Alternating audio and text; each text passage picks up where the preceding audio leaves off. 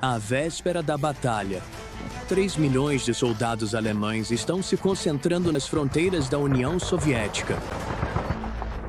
No dia 22 de junho de 1941, a ordem é dada e a máquina de guerra de Hitler avança pelo território soviético, invadindo um país com abundantes recursos naturais e espaço quase infinito para expandir o Terceiro Reich.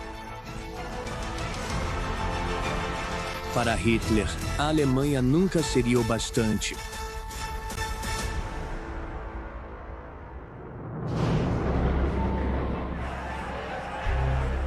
A história está repleta de exemplos de como ditadores chegaram ao poder. Mas quais são os temas em comum? Quais são as circunstâncias que levam à tirania? E quais técnicas eles usam para chegar ao topo? Ditadores acreditam que têm a resposta para resolver os problemas da sociedade. Eles têm uma visão do que sua nação poderia ser. E, uma vez no poder, não demora muito para que comecem a mirar bem além de sua esfera de influência atual. Logo, eles começam a expandir seu alcance.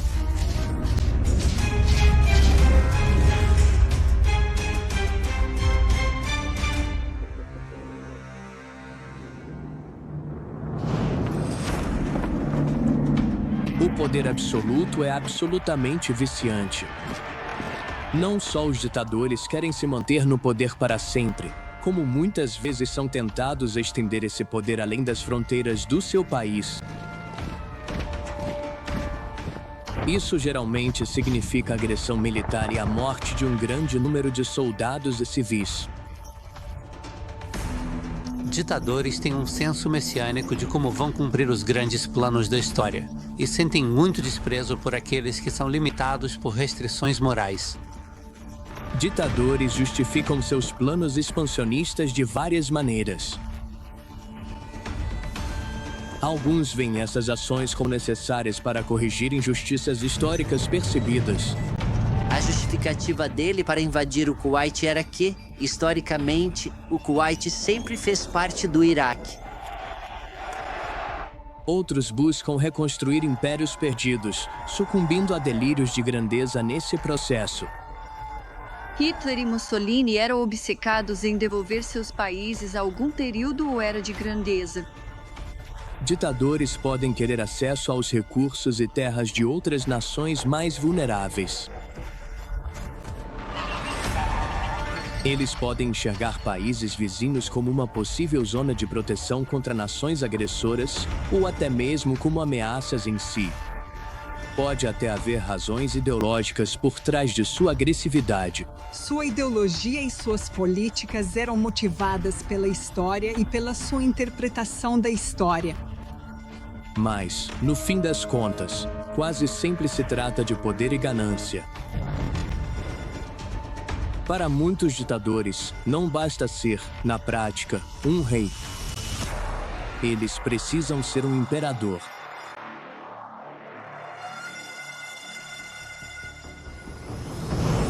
O que começou como sonhos de expansão territorial evoluiu para a violenta campanha de conquista de Adolf Hitler durante a Segunda Guerra Mundial. É o exemplo mais angustiante da história do que pode acontecer quando a comunidade internacional ignora os claros sinais de escalada militar de um ditador.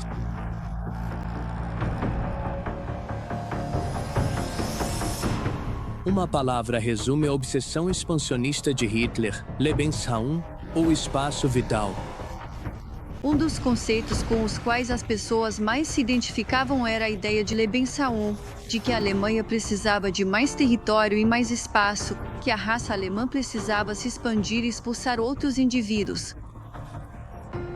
Com o estilo de governo mais agressivo, eles tinham a capacidade de realmente conquistar grande parte da Europa. Foi nessa fantasia que Hitler se apoiou. Lebensraum era, em parte, sobre restabelecer a posição da Alemanha como potência dominante da Europa. Isso traria não apenas matérias-primas e produção agrícola, mas também uma força de trabalho escrava composta pelos povos que a Alemanha conquistaria.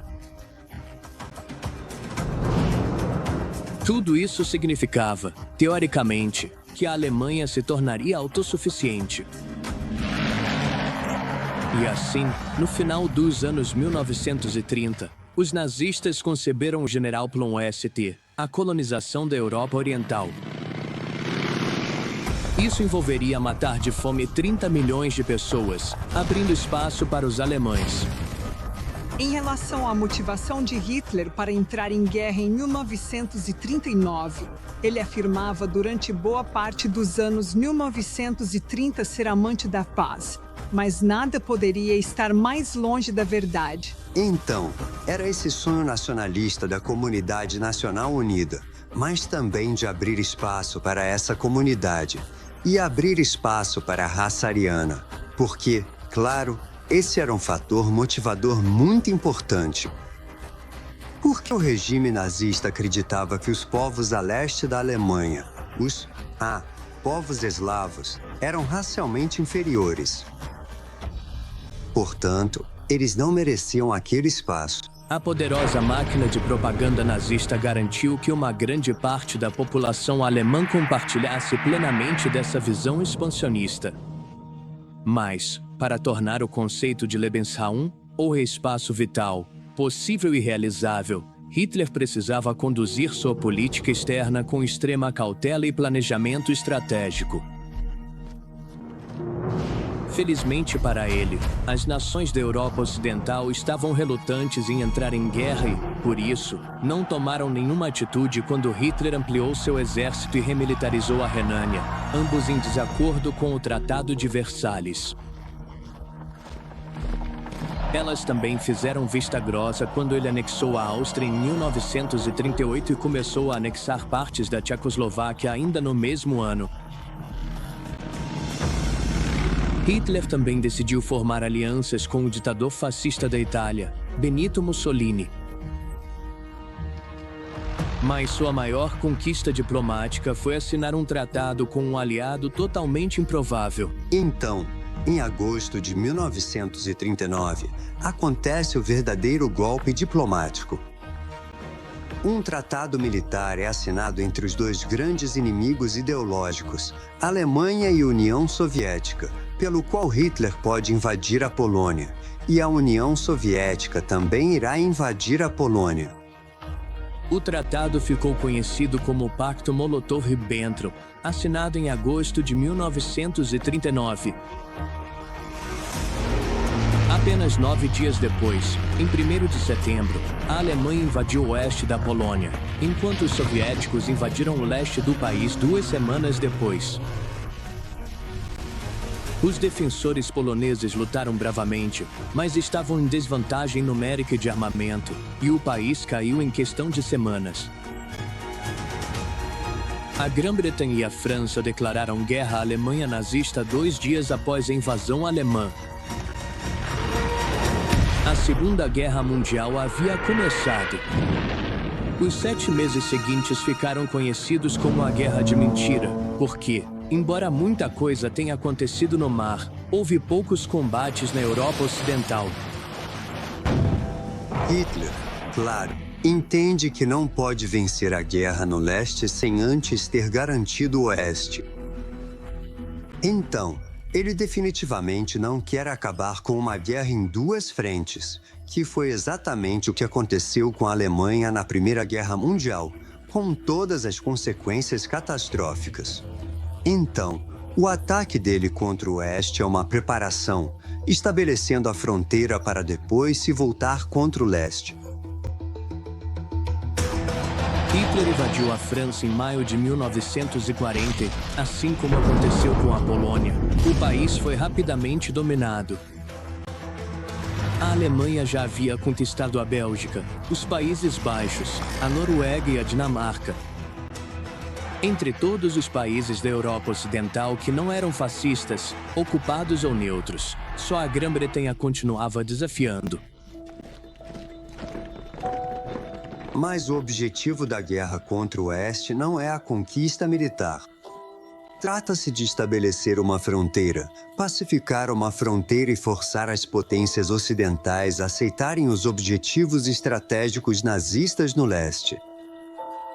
Então, em um cenário ideal, Hitler teria vencido a guerra no Oeste sem nem mesmo entrar em guerra com a Grã-Bretanha, e depois teria se voltado para o leste muito antes do que realmente fez para travar sua verdadeira guerra nesse sentido. A expansão de Hitler do Terceiro Reich para o oeste aconteceu em uma velocidade que surpreendeu até ele mesmo. Embora a Grã-Bretanha permanecesse invicta, a humilhante evacuação da Força Expedicionária Britânica de Dunkerque, na França, sugeria que seu exército representava pouca ameaça para a Alemanha. Hitler agora podia voltar sua atenção para o leste. Enquanto isso, o líder da União Soviética, Joseph Stalin, também compartilhava a visão de expandir as fronteiras de seu país, e com a Europa Ocidental disposta a ceder diante do poder ditatorial, essa visão estava se tornando realidade. A assinatura do Pacto Molotov-Ribbentrop foi um alívio para o líder soviético. O pacto de não agressão significava que, em teoria, a União Soviética não estava sob ameaça de invasão alemã. Entre os termos do tratado estava que, além do leste da Polônia, a União Soviética poderia ocupar os países bálticos, Estônia, Letônia e Lituânia, juntamente com partes da Romênia.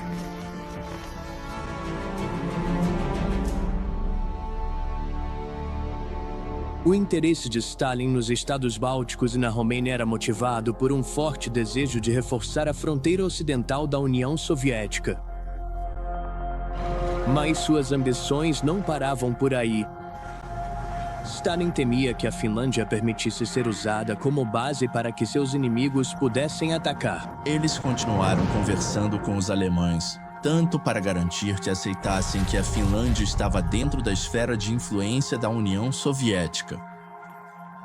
Eles assinaram um importante tratado econômico, e isso foi em parte para permitir que eles entrassem na Finlândia.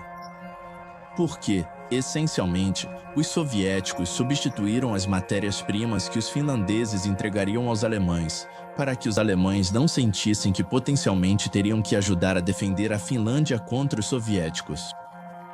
No dia 30 de novembro de 1939, Stalin enviou tropas. Suas forças superavam em muito as da Finlândia, e ele esperava uma vitória rápida. Mas os finlandeses lutaram bem e com determinação, enquanto o Exército Vermelho, mal equipado, enfrentava dificuldades com o clima e o terreno acidentado e desconhecido. No entanto, após 4 meses, a superioridade numérica da União Soviética começou a pesar, e a Finlândia aceitou a derrota. Graças à sua defesa firme, os finlandeses conseguiram negociar uma paz aceitável. Eles perderam 10% de seu território para os soviéticos, mas mantiveram seu exército e sua independência. Em junho de 1940, os soviéticos também haviam invadido e ocupado os estados bálticos, e Stalin havia estabelecido sua zona de proteção, que se estendia do leste da Finlândia até o leste da Romênia. Logo ele descobriria quanta proteção isso realmente lhe proporcionava. Ditadores como Hitler expandem seu território como parte de uma visão ideológica, enquanto ditadores como Stalin expandem de forma oportunista ou em resposta a ameaças iminentes. Outros ditadores, porém, expandem seu território em busca de glória. Na Itália, as motivações de Benito Mussolini para a expansão eram mais parecidas com as de Hitler do que com as de Stalin, mas com um toque todo próprio. E suas ambições territoriais começaram bem antes do início da Segunda Guerra Mundial. No final do século XIX, a Itália havia tomado a Somalilândia e a Eritreia e tentou conquistar a Etiópia, mas fracassou na Batalha de Adova em 1896. E isso continuou sendo uma pedra no sapato dos nacionalistas italianos. Então isso era algo que Mussolini podia aproveitar e realmente usar para inflamar a atenção popular e conquistar apoio, uma vez que tivesse consolidado seu poder na Itália. Essa política ficou conhecida como Spazio Vitale, ou seja, trata-se da aquisição de espaço vital para viver. Lebensraum era algo muito central na ideologia nazista, mas aqui também é replicado na política fascista italiana, com o ditador italiano determinado a tomar terras, o máximo de terras possível, e, na sua visão, corrigir injustiças e reparar o que não havia sido alcançado no final do século XIX. E, de fato, criar esse império para a Itália fascista naquela região do leste da África. Esse império seria uma ressurreição do Império Romano. Mussolini era obcecado pelo poder e pela grandeza do passado antigo do seu país. Ele queria transformar a cidade de Roma em uma vasta metrópole, relembrando seus dias de glória imperial, e queria fazer da Itália a potência central do Mediterrâneo. Era uma ideia que ressoava com seu povo. Mussolini apresentou a expansão territorial ao povo italiano como algo absolutamente necessário para a saúde e o vigor da nação italiana. Sempre existiu esse sentimento de necessidade de expandir, uma sensação na política italiana de agressividade, belicosidade e poder. A Itália é a menor das grandes potências, como foi chamada no século XIX. Ela chega ao status de Estado-nação bem tarde e está tentando conquistar um império. No início dos anos 1930, Mussolini começou a preparar seu país para a guerra.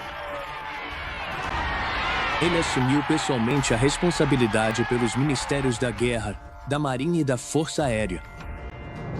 Tentou então tornar a economia italiana autossuficiente e procurou fixar na mente das pessoas o lema "Il duce ha sempre ragione". O líder está sempre certo. Em todas as suas campanhas, Mussolini, um homem sem nenhuma experiência em liderança militar, assumiu o controle estratégico das operações, tirando-o de seus generais. Além do autoengrandecimento, havia razões práticas para conquistar novos territórios italianos. Mais terras significavam mais matérias-primas. Os italianos tinham colônias na Líbia, Eritreia e Somalilândia. Mas, em 1935, Mussolini decidiu invadir a Etiópia.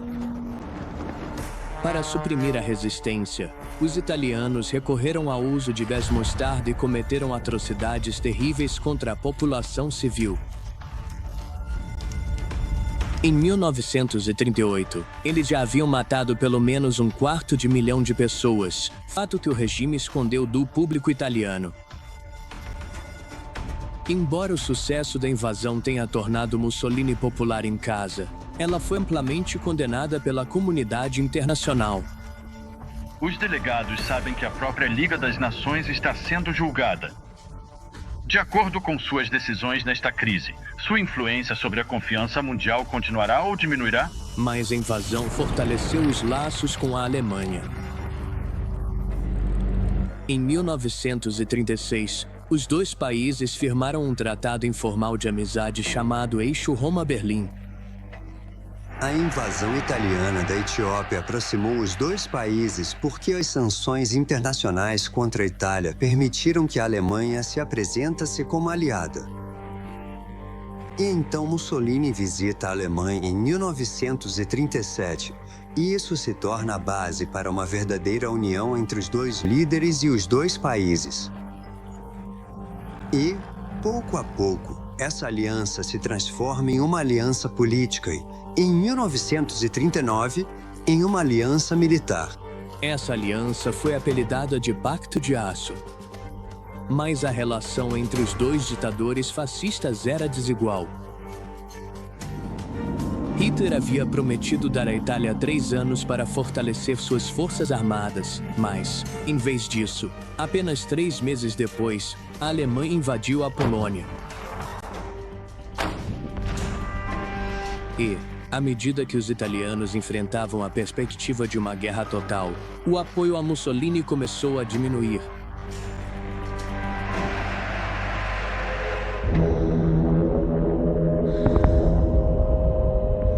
No entanto, com o início da Segunda Guerra Mundial e as forças de Hitler aparentemente prestes a varrer a Europa, Mussolini decidiu que a Alemanha era o cavalo certo para apostar.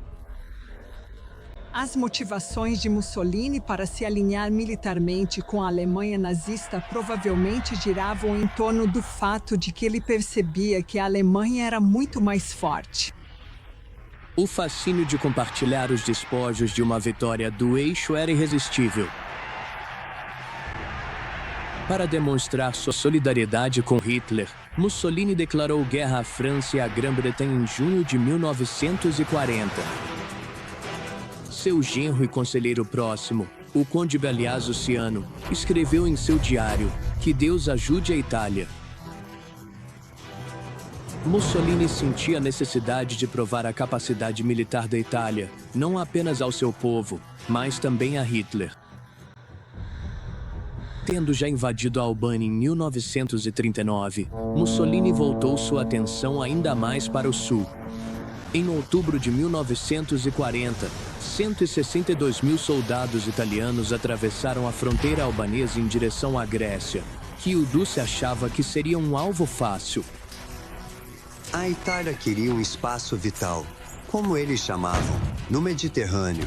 Mas um grande fator motivador para Mussolini entrar na guerra era esse sentimento de antagonismo com a Alemanha nazista. Quando Hitler estava conquistando todas aquelas vitórias extraordinárias na Europa, Mussolini também tentava conquistar o máximo de território e de aura de vitória possível.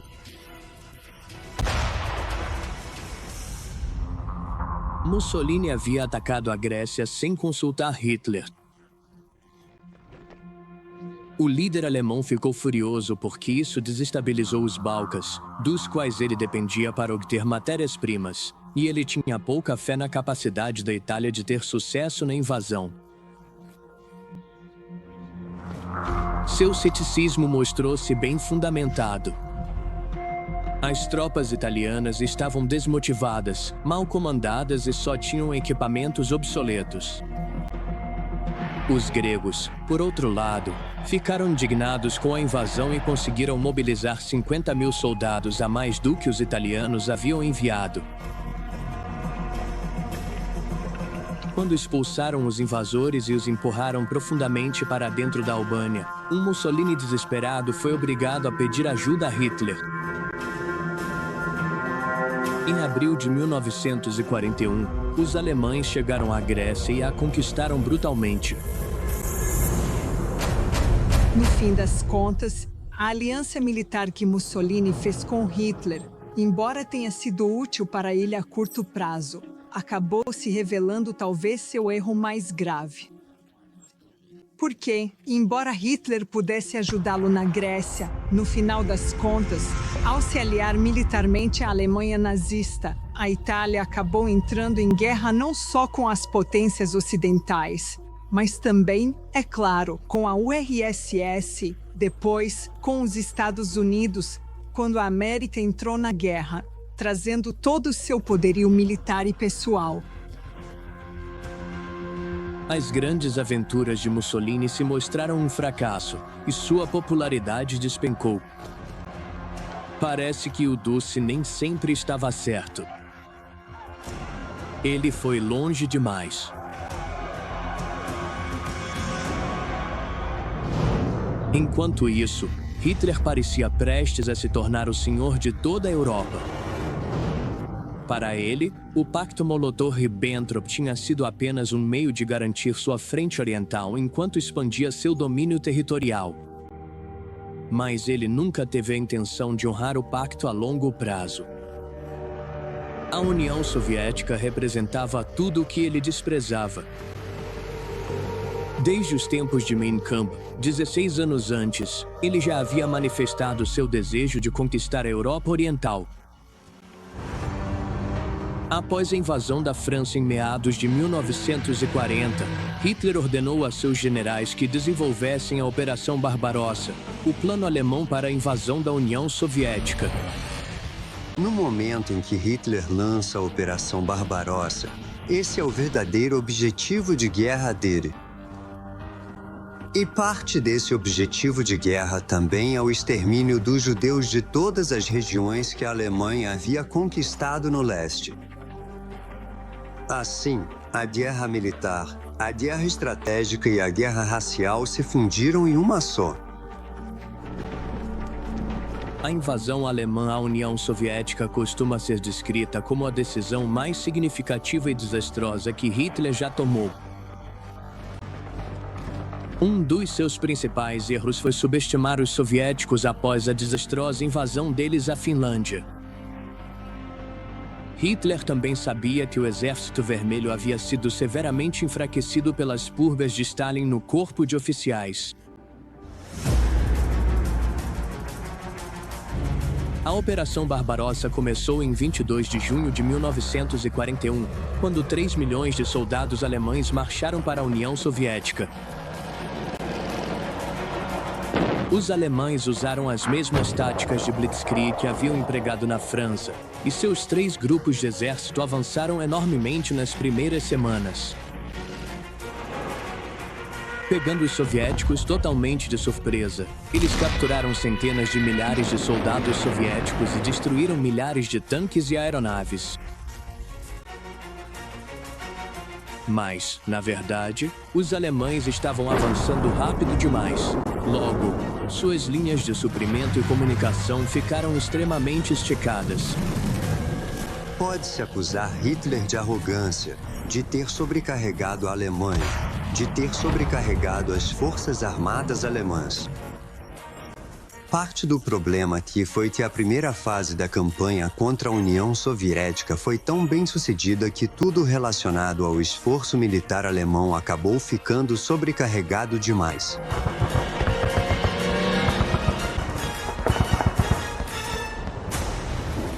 E então veio a chuva, atolando os alemães em um mar de lama. Enquanto isso, Stalin transferiu grande parte da fabricação de munições para a segurança a leste dos Montes Urais e devastou qualquer território que os alemães provavelmente conquistariam. À medida que os alemães se aproximavam de Moscou, o pior inverno em décadas desceu sobre a Europa Oriental. Os veículos alemães pararam, as armas emperraram, homens morreram congelados. Em novembro, eles já haviam sofrido quase 3/4 milhão de baixas. Então veio a Batalha de Stalingrado, possivelmente a batalha mais decisiva da guerra. Os alemães foram derrotados e começaram a cansativa retirada para casa. Hitler havia perdido sua grande aposta.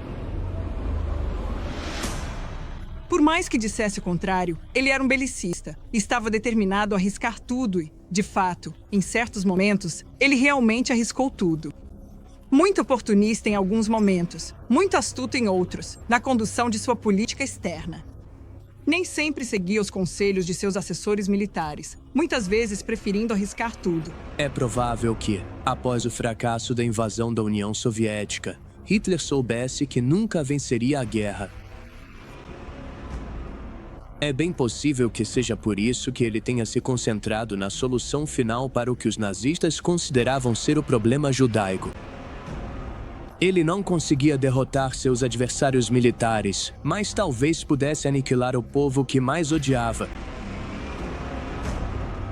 Em algum momento de 1941, Hitler autorizou o assassinato sistemático de todos os judeus restantes da Europa.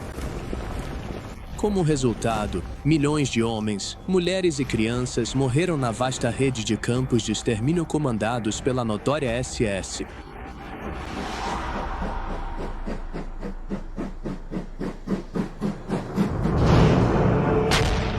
A Segunda Guerra Mundial foi impulsionada por uma expansão territorial implacável. Foi um constante redesenho de fronteiras no mapa, e seu custo foi uma perda de vidas humanas inimaginável. No entanto, o fim do conflito mais mortal da história humana foi apenas o começo de uma nova era de ditadores, conflitos e fronteiras em constante mudança.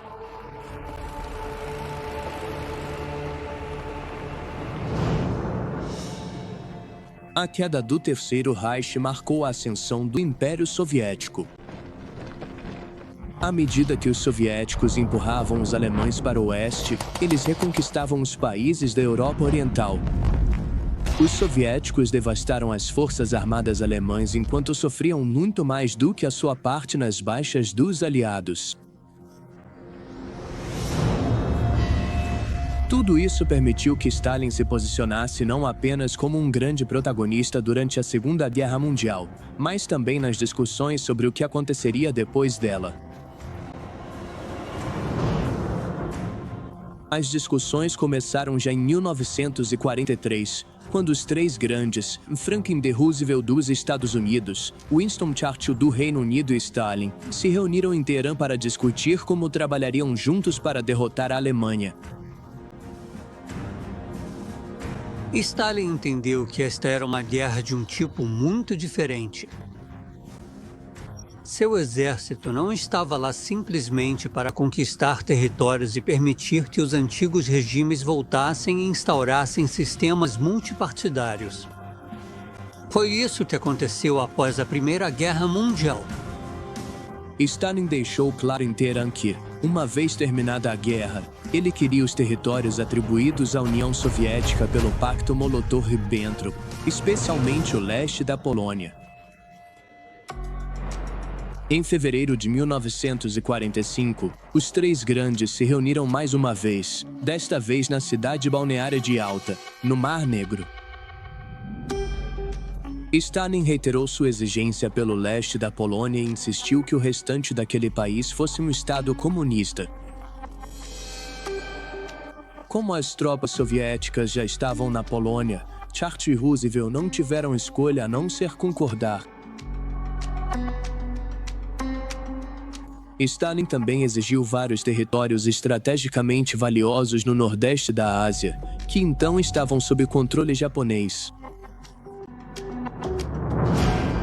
Yalta teve consequências significativas para as relações do pós-guerra entre o Ocidente e a União Soviética. Ele tinha uma noção geral de que queria garantir a União Soviética como o único Estado socialista e a base para uma futura revolução mundial, que isso havia se tornado seu principal objetivo. Além de expandir o comunismo como ideologia, com o passar do tempo, Stalin também estava interessado em exercer controle soviético direto, especialmente sobre as nações que faziam fronteira com seu país.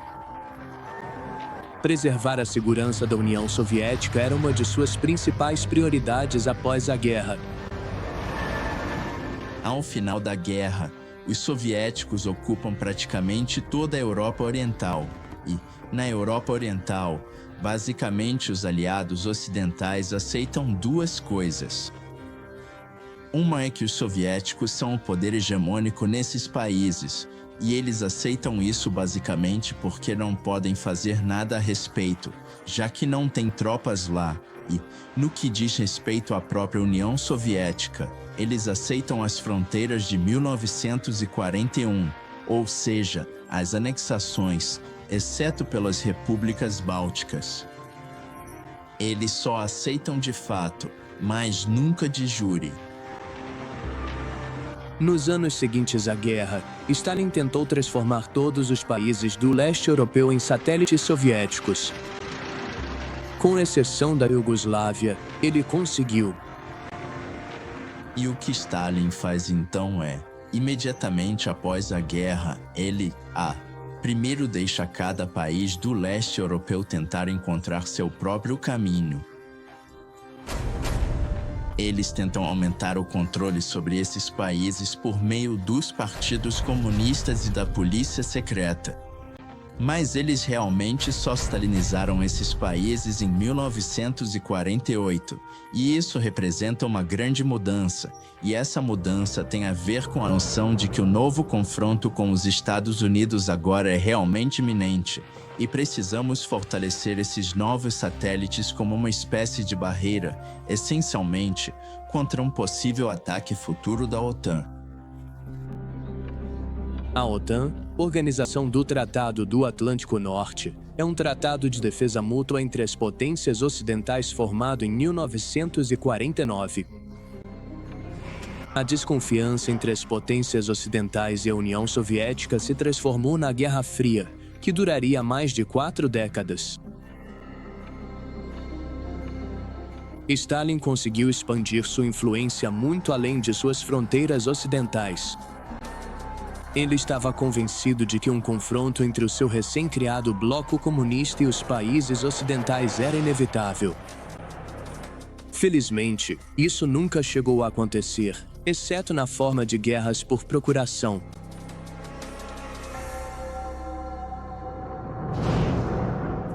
A primeira delas foi a Guerra da Coreia, que durou de 1950 a 1953.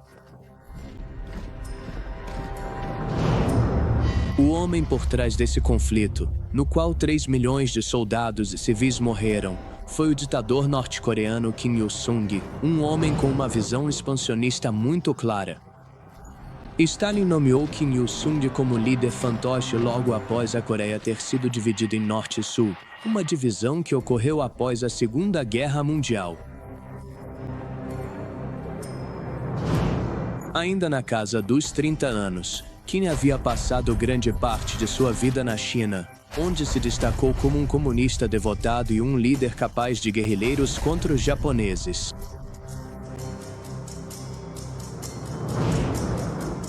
Kim era implacável. Ele também era ambicioso. Kim Il-sung queria reunificar a Península Coreana sob seu domínio ou sob o domínio do Partido Comunista. Syngman Rhee, o líder sul-coreano, vinha ameaçando fazer o mesmo, ou seja, iniciar algum tipo de campanha militar para promover a reunificação. Portanto, foi definitivamente uma iniciativa de Kim Il-sung. Mas Kim não iria invadir a Coreia do Sul sem a permissão de Stalin. Stalin estava inicialmente hesitante, mas quando Kim conseguiu o apoio militar da China, o líder soviético deu sinal verde. Apoiados por treinamento soviético e armados com equipamentos soviéticos, Kim invadiu o Sul em 25 de junho de 1950.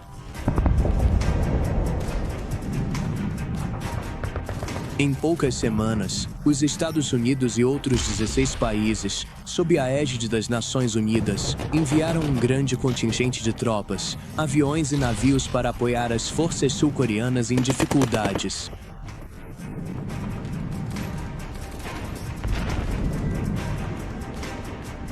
Os Estados Unidos, por vários motivos, queriam ajudar a Coreia do Sul e fornecer não apenas assistência militar, mas basicamente liderar o esforço militar para repelir a invasão norte-coreana.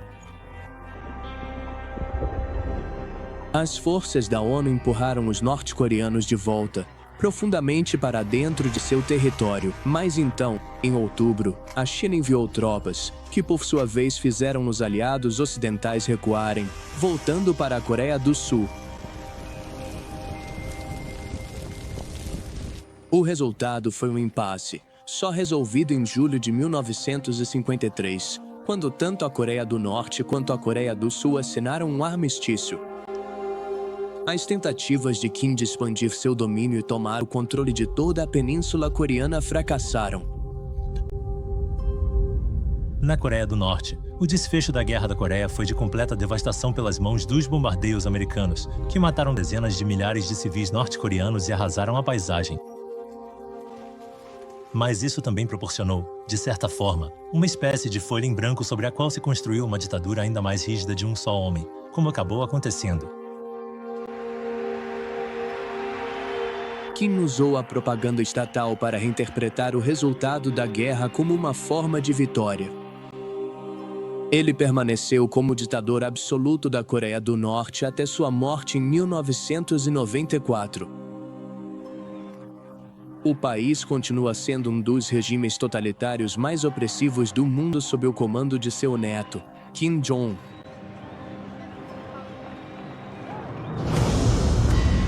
Um ditador mais moderno que não se contentava com os limites das fronteiras de seu país foi o presidente iraquiano Saddam Hussein. Suas tentativas de expansão territorial foram motivadas primeiro pelo medo, depois pela ganância. Quando jovem, Saddam entrou para o Partido Baath iraquiano, que buscava estabelecer um único Estado árabe unificado. Ele subiu rapidamente nas fileiras do partido. Os baatistas deram um golpe de Estado em 1968 e, em 1979, Saddam já era presidente. Ele usou as consideráveis receitas do petróleo do país para modernizar e militarizar o Iraque, com o objetivo de projetar mais poder na região.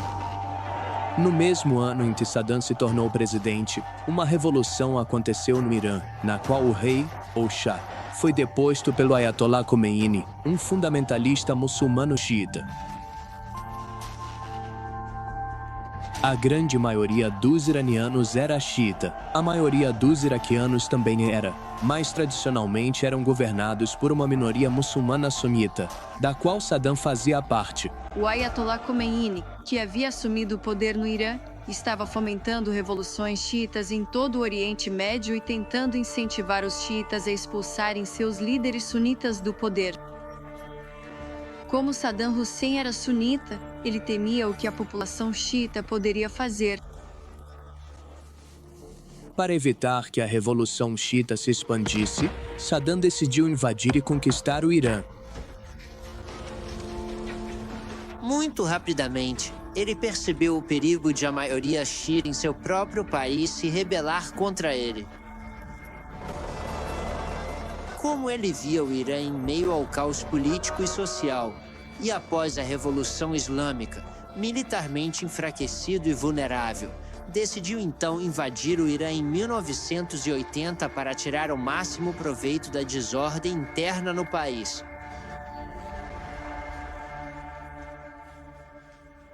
Em setembro daquele ano, suas tropas conseguiram tomar a cidade portuária iraniana de Shoranshah. Mas, a partir daí, os iraquianos começaram a enfrentar problemas. Os soldados iranianos eram devotos ao Ayatollah, e enquanto a guarda republicana de elite de Saddam era leal a ele, o restante de suas tropas era composto por recrutas com pouco compromisso com a guerra. Ele não levou em conta um princípio psicológico muito simples, que uma ameaça externa leva à coesão interna. Quando ele invadiu o Irã, todas as diferentes forças do país se uniram, motivadas a defender a pátria. E Khomeini aproveitou a oportunidade para mobilizar todos sob sua própria liderança. O que deveria ser uma vitória rápida para Saddam se arrastou por anos.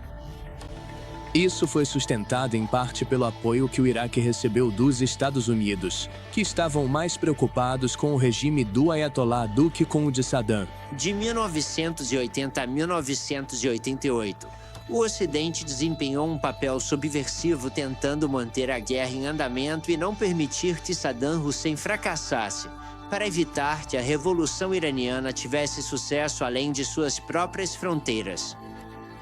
Somente em 1988 o líder iraniano consentiu com um acordo de paz mediado pela ONU. Ao final da guerra, as fronteiras dos dois países eram as mesmas do início. 1 milhão de pessoas foram mortas ou feridas, algumas com armas químicas usadas por Saddam, e a guerra impôs devastação econômica a ambos os países. O Iraque saiu da guerra devendo 37 bilhões de dólares a outras nações árabes. Quando esses países se recusaram a perdoar as dívidas, Saddam ameaçou seu vizinho militarmente fraco, mais rico em petróleo, o Kuwait.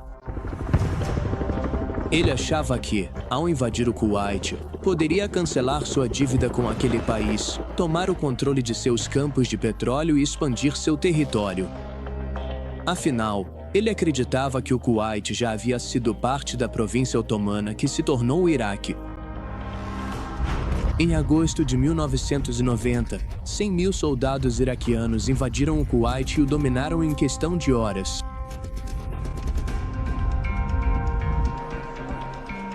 Apesar de ter recebido apoio ocidental durante sua guerra com o Irã, ao invadir o Kuwait, Saddam ultrapassou os limites do que era internacionalmente aceitável. A ONU respondeu com uma série de embargos e sanções que levaram, em meados de janeiro de 1991, a uma coalizão liderada pelos Estados Unidos, travando uma guerra aérea e terrestre. Em 6 semanas, eles expulsaram as forças iraquianas do Kuwait. A ONU então forçou o Iraque a pagar reparações e devolver a propriedade roubada. O Kuwait foi libertado. O exército do Iraque foi derrotado. Nossos objetivos militares foram alcançados. O Kuwait está mais uma vez nas mãos dos kuwaitianos, no controle de seu próprio destino. Apesar desse revés, Saddam conseguiu se manter no poder. Sua capacidade de fazer isso se deveu, em parte, ao reinado de terror que ele impôs ao seu país. O regime de Saddam Hussein inicialmente trouxe reformas, trouxe renovações e aumentou a riqueza do povo iraquiano usando o dinheiro do petróleo. Mas, com o passar do tempo, o poder absoluto que ele exercia trouxe corrupção absoluta, e suas tendências destrutivas por meio de guerras internacionais contra o Irã e o Kuwait trouxeram cada vez mais sofrimento ao povo iraquiano, especialmente aos xiitas, em particular aos curdos. Saddam Hussein apresentava muitas características semelhantes às dos líderes da Segunda Guerra Mundial. Ele era sedento por poder.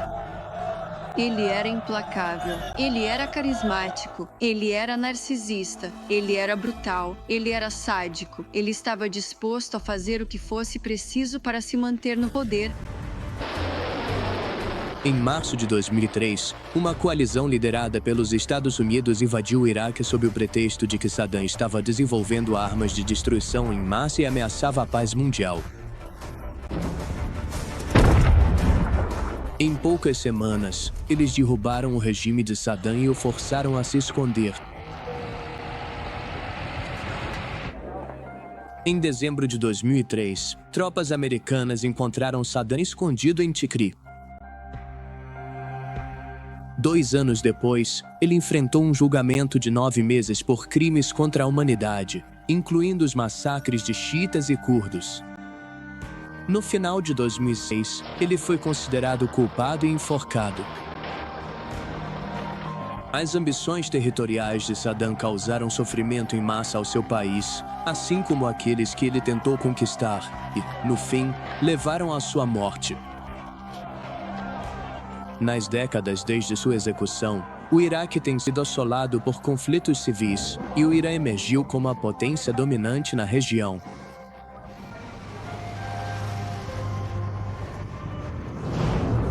Justo quando o regime de Saddam estava chegando ao fim, o do presidente russo Vladimir Putin estava apenas começando. Uma década antes, como oficial da KGB, ele teve que assistir não só ao fracasso do comunismo russo, mas também à desintegração do Império Soviético. Os anos de Putin no poder foram dedicados a tentar restaurar as forças e a influência da Rússia. No final de 2014, Putin iniciou o processo de tentar reconstruir o Império Russo ao enviar tropas para a Crimeia, que fazia parte da Ucrânia.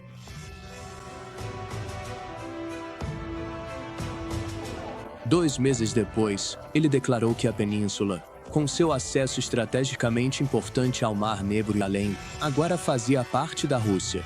A Crimeia provocou uma onda de entusiasmo nacionalista na Rússia e um aumento notável em sua popularidade. Mas esse foi provavelmente um verdadeiro ponto sem volta, porque mostrou que o aventureirismo externo era possível, que ele poderia sair impune, e que isso realmente o ajudaria internamente.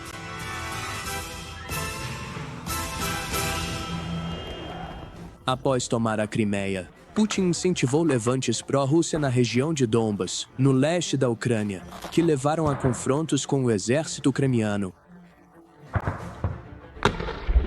Ele passou a afirmar, de forma totalmente falsa, que o nazismo era predominante na Ucrânia. Então, em fevereiro de 2022, 8 anos depois de Putin tomar a Crimeia, a Rússia começou a disparar mísseis contra cidades em toda a Ucrânia. Uma invasão terrestre se seguiu, com quase 200 mil soldados russos e divisões blindadas lançando ataques em várias frentes no norte, leste e sul do país. Assim começou a maior guerra terrestre na Europa desde a Segunda Guerra Mundial. As motivações de Putin para invadir a Ucrânia têm várias camadas. Em um nível, Putin buscava recuperar para a Rússia um território perdido do antigo Império Soviético. Além disso, Putin tinha quase 70 anos na época da invasão, e é provável que estivesse pensando em algum tipo de legado. Ele passou os anos da Covid em um isolamento esplêndido lendo sobre a história imperial russa e continuava se enxergando como parte da linhagem de Pedro, o Grande, Catarina, a Grande e Joseph Stalin. É provável que Putin tenha escolhido aquele momento específico para invadir porque sentiu que os Estados Unidos, sob Joe Biden, assim como a União Europeia e a OTAN, estavam desorganizados e fracos, e que o presidente ucraniano Volodymyr Zelensky e seu povo não ofereceriam muita resistência. Enquanto a Rússia empurra o mundo para a guerra final, a Ucrânia está fazendo de tudo para garantir que, após a agressão russa, ninguém no mundo ouse atacar qualquer nação.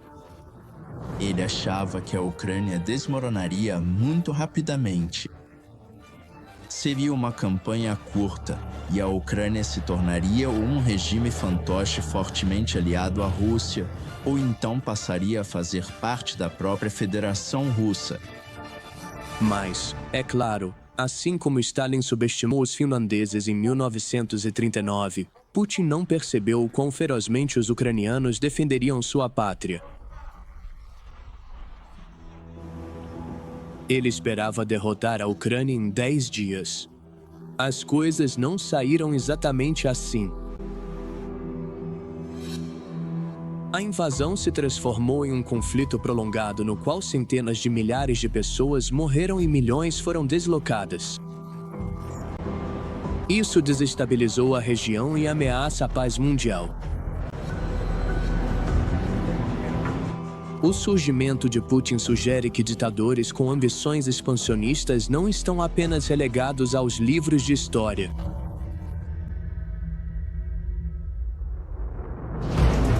A natureza viciante do poder absoluto frequentemente alimenta a sede por ainda mais poder.